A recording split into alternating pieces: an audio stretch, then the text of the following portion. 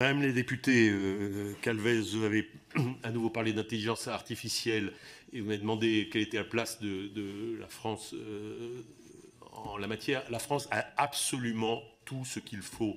D'abord une école mathématique incroyable, mais aussi de grands noms de l'IA. Enfin, Yann Lequin est français. Un certain nombre de grands dirigeants scientifiques des GAFAM sont français. Il faut en la matière sans doute pas pêcher par naïveté. Il faut pas essayer de refermer les frontières, c'est illusoire.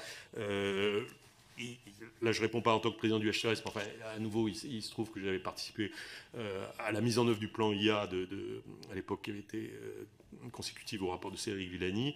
Les instituts d'intelligence artificielle qui ont été fondés et financés sont d'excellent niveau. Il est naturel d'y associer, et aussi en termes de financement, des groupes industriels privés. Attention à ne pas se faire comment dire, enlever la matière grise, parce que ce serait trop facile. Je pense qu'ils sont rationnels, ils ne veulent pas couper la ressource non plus, mais il y a un équilibre difficile à obtenir. On a tous les outils. On a de grandes universités, on a INRIA.